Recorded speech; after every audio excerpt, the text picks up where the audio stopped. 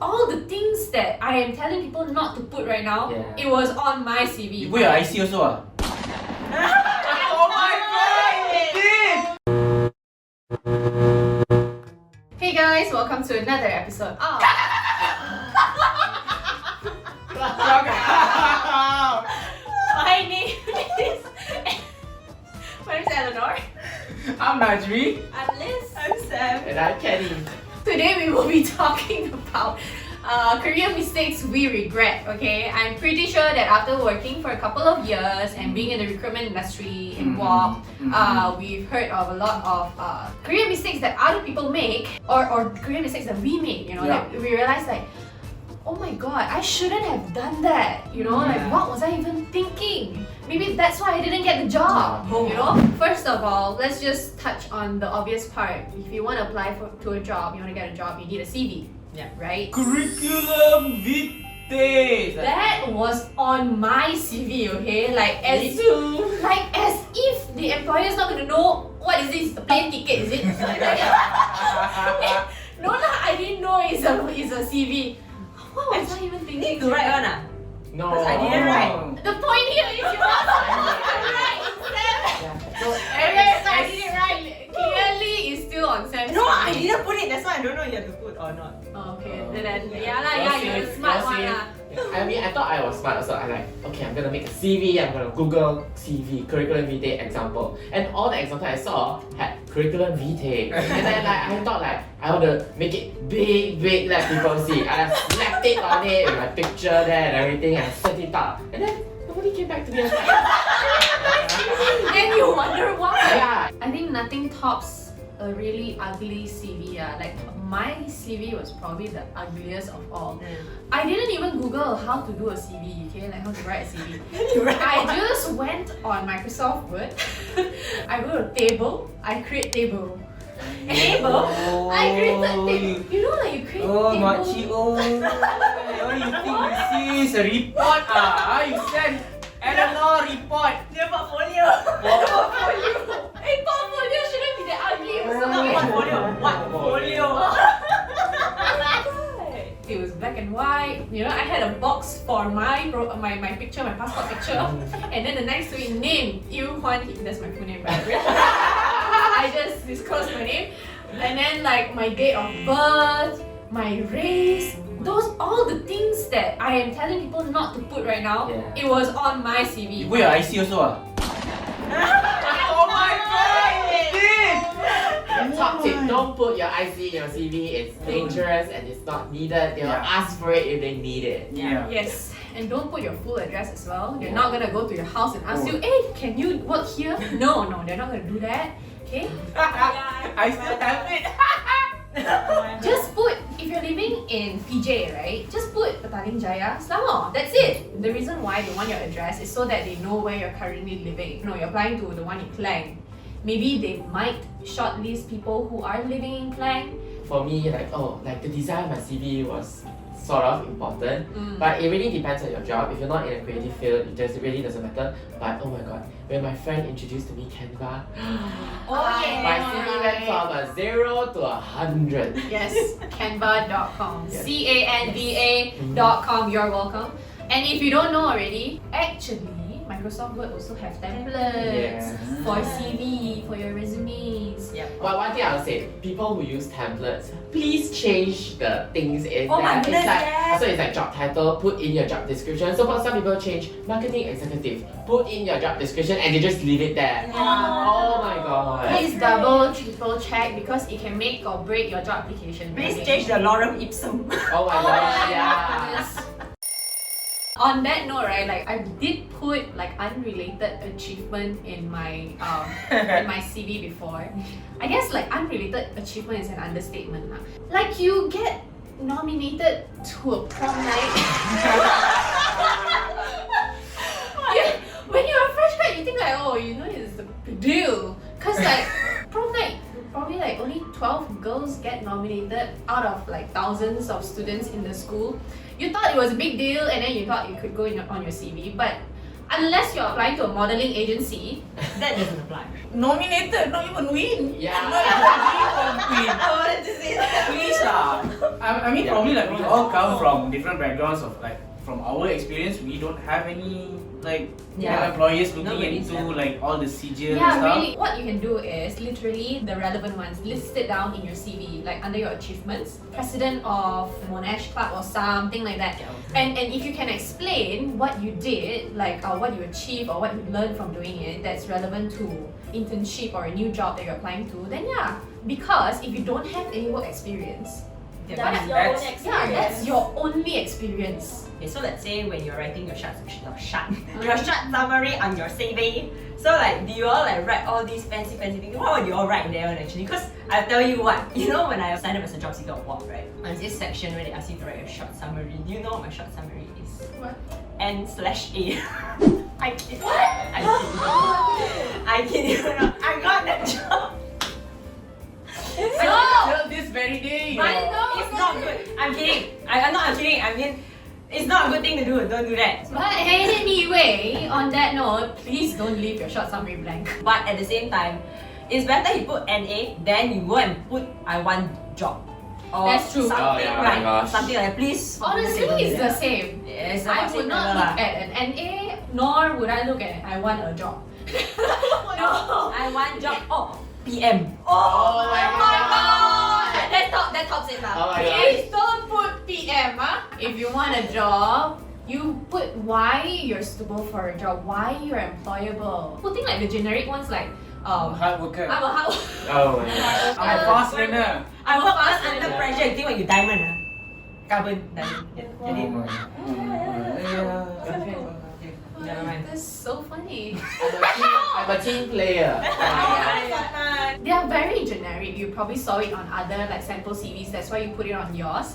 But try and make it a little bit more personalized. Inject a little bit more of your personality. Are you passionate about something? You know, are you driven by money? You know, if you're applying for sales, because chances are employers are gonna see the same generic short summary. Maybe that's why you stood out lah. Nobody. Reverse psychology. Actually, right, yeah. Come to think of it, NA. Of it, huh? No, We are kidding. Don't do that. Don't I do tell it. you first. Don't do that. Have you guys done something? It sounds like kind of stupid and straightforward, but have you guys sent a really formal, official, important email from your childhood email account? Like email address?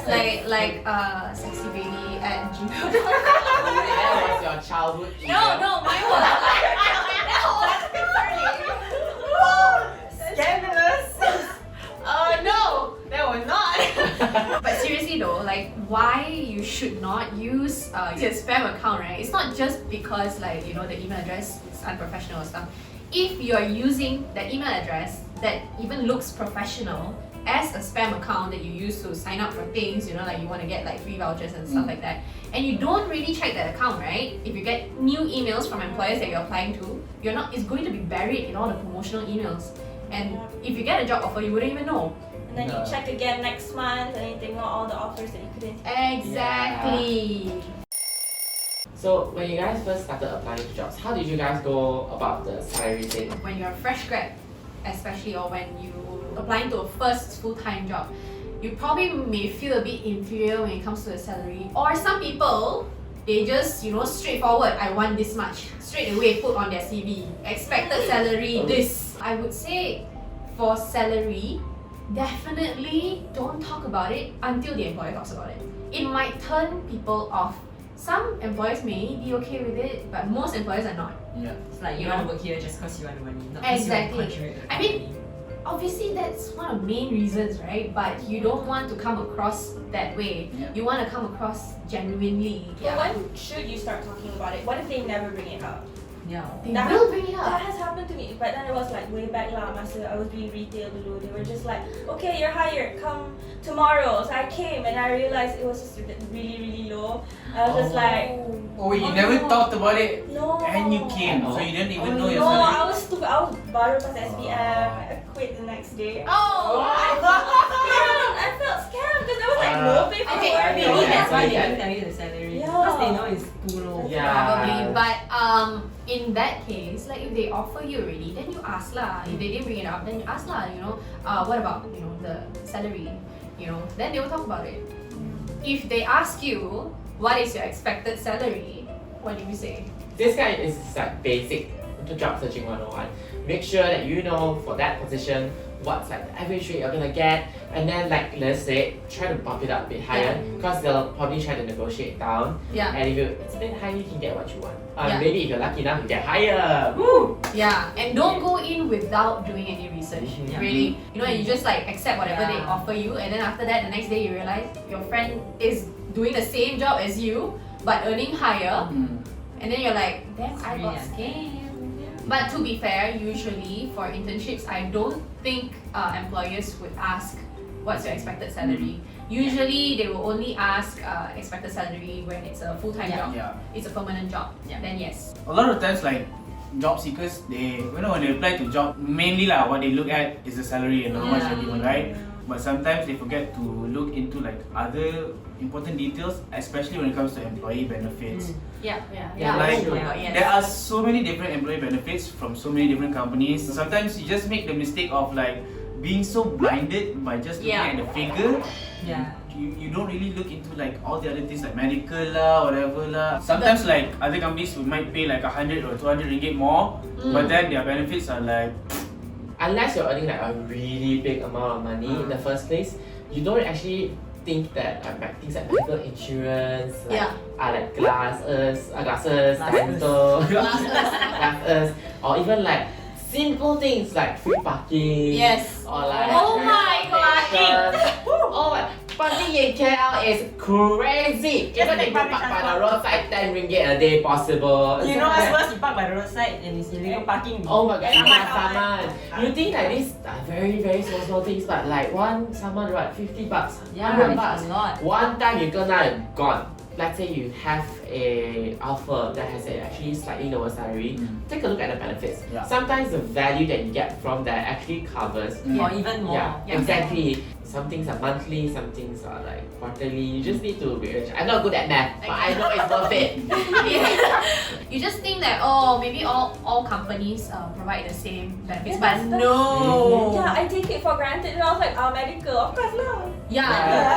Of course. I'm like, no. And companies like sometimes they put in a lot of effort to like actually pinpoint certain employee benefits, what they want to give, what they don't want to give. Yeah. So sometimes for you to really know, and even sometimes when you talk about it in like interviews, right, when you like mention or you want clarification, it sometimes gives employees a positive perspective towards you because you really did your homework. You really know your stuff. There is more to it, than just salary that you need to research about or employee benefits. You need to research about the job, you need to research about the company, the culture. Like last time, honestly, right, to me, if I've heard of the company name, I can apply. Typical lah. I cannot reveal the name of the company, but like, Social proof like that. yeah, exactly. Yes. Like, but Like a tip. no, Should we be doing that? no, It sounded good. no, it's not a It's like, hey, I work here. That's so No. cool. It's not a tip. Yeah, the tip is to open your horizon. Yes. There are Oh, your good companies research. out there that you've never heard about it. A lot of it are on Walk. Just saying. Just saying, just go to walkjobs.com, you find a lot of companies you may not have heard of, but with good company culture. Going back to the root of all this researching and stuff, when you finish your SPM, you're about to go for college or degree, I think you really need to properly do your research for what career path you want to take. For example, my friend who finished his law degree is now on his way to get a license, he's actually doing it now, but after spending so much money and time, it's now like, wanted to do architecture and I should have done architecture. Architecture. Yeah. Did you do research on that one?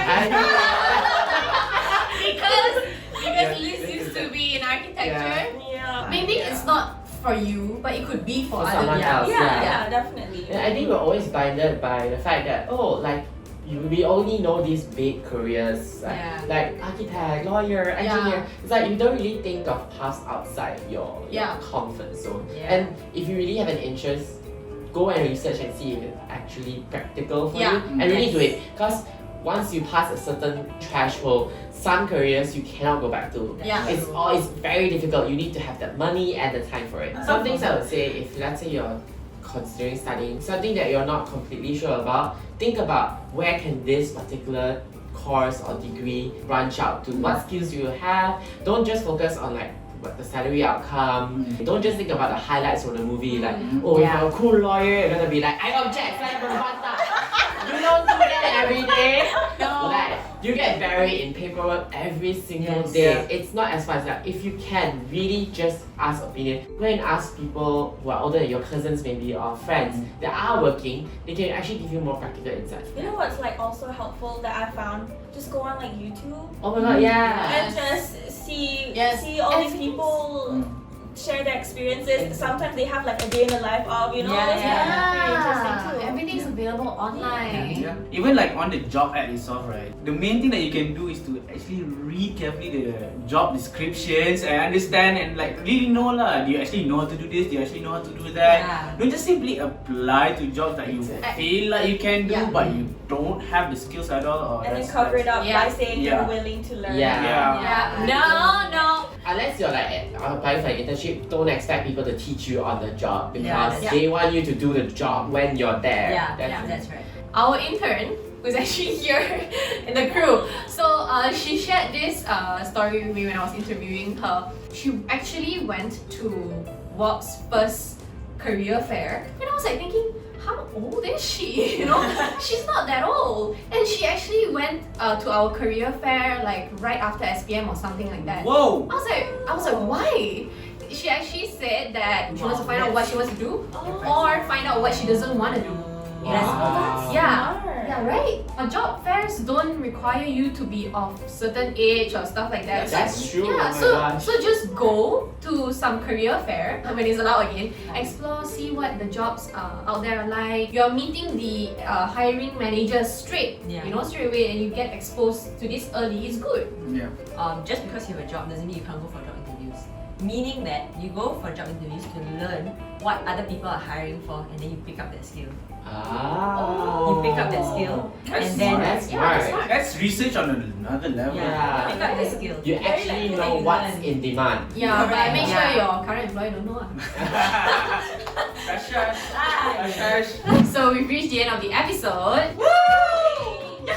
If you like this episode, give it a thumbs up.